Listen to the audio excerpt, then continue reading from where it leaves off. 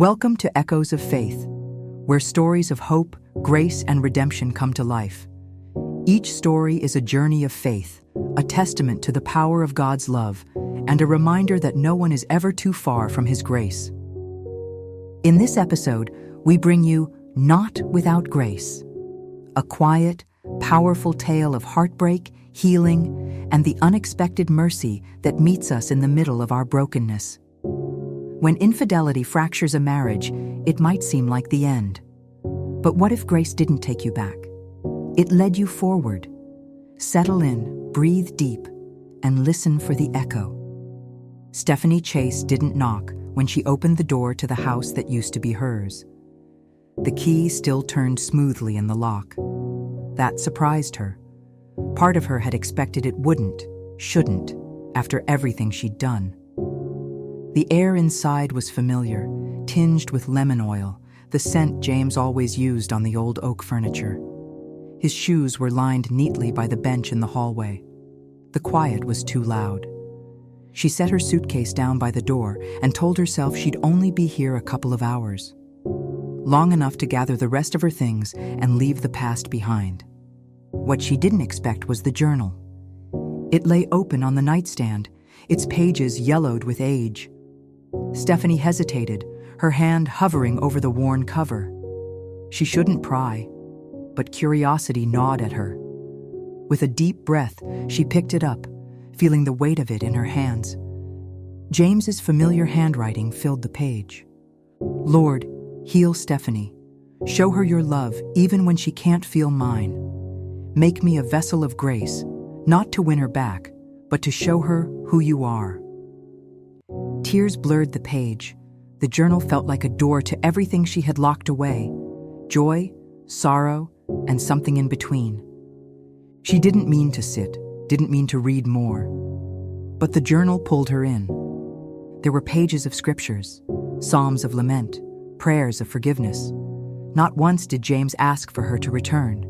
He only asked that she find peace, healing, wholeness. She hadn't expected that. She'd left James nearly 7 months ago, walked out after she confessed the affair. There were tears, his, and silence, hers. Shame had wrapped around her like a net. She told herself she was giving him freedom, but really, she was the one escaping. "What are you doing here?" a familiar voice asked from the doorway. Stephanie turned slowly. James stood there, a brown grocery bag in one hand. His face showed a flicker of surprise and something else. Hope, maybe. I came to collect the rest of my things," she said, her voice barely above a whisper. She stood, clutching the journal to her chest like it held the weight of all her regrets. "You found my journal," he said quietly. Stephanie nodded, unable to meet his eyes. "I wasn't trying to..." She motioned to the journal. "I saw it open. I read a little. I didn't mean to pry."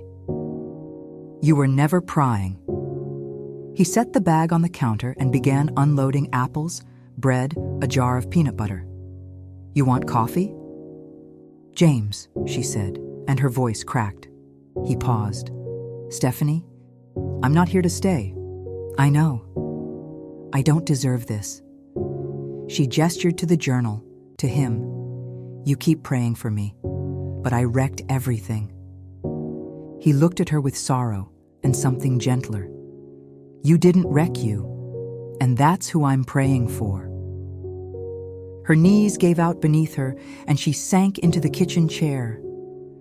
"I didn't sleep for weeks," James said, settling across from her. "I asked God why He would let my heart break, but after a while, I stopped praying for a miracle and started praying for you." "Why?" she whispered. "Because I love you." He paused. "And because I know pain doesn't come out of nowhere. There's a wound under what happened. I don't know what it is, but I know God can heal it." She gripped the journal more tightly. "Steph, I didn't expect you to come back," James said softly. "But I'm glad you did. You don't have to say anything. But if you ever want someone to walk through healing with you, I'm here. Not as your husband, just as someone who cares."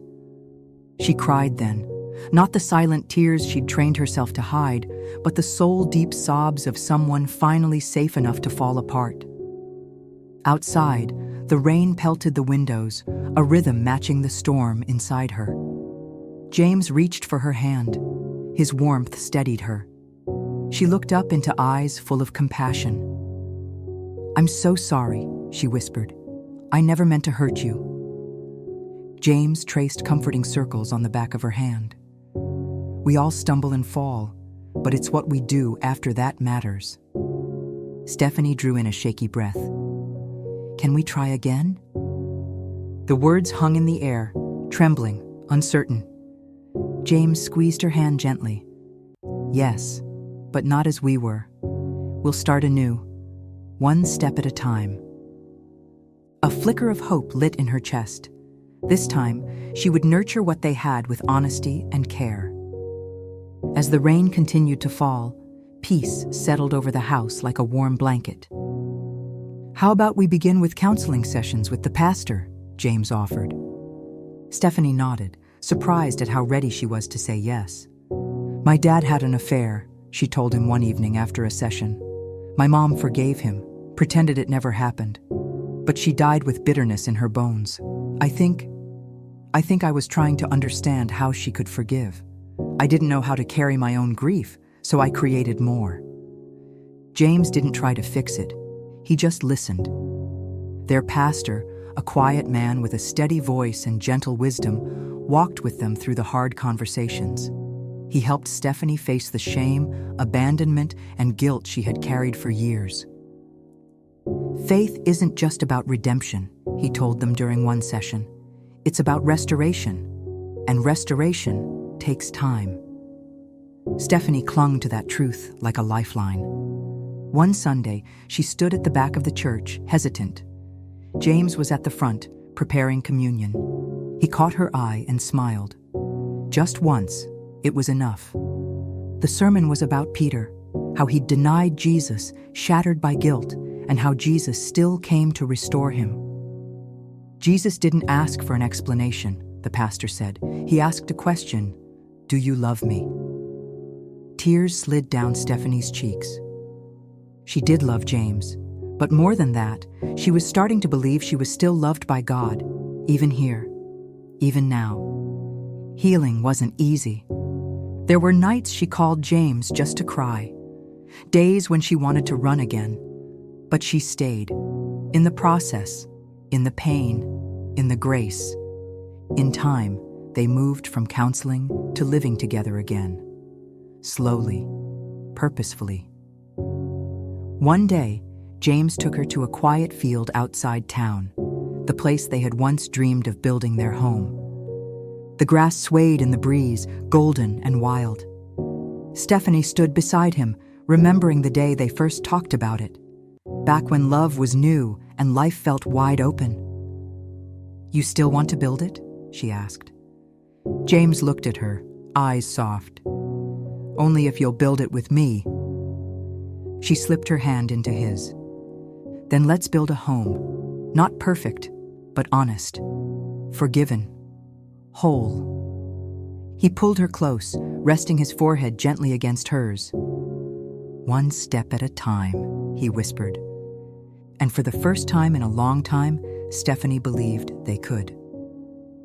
Thank you for listening to Not Without Grace, a story from the Echoes of Faith series.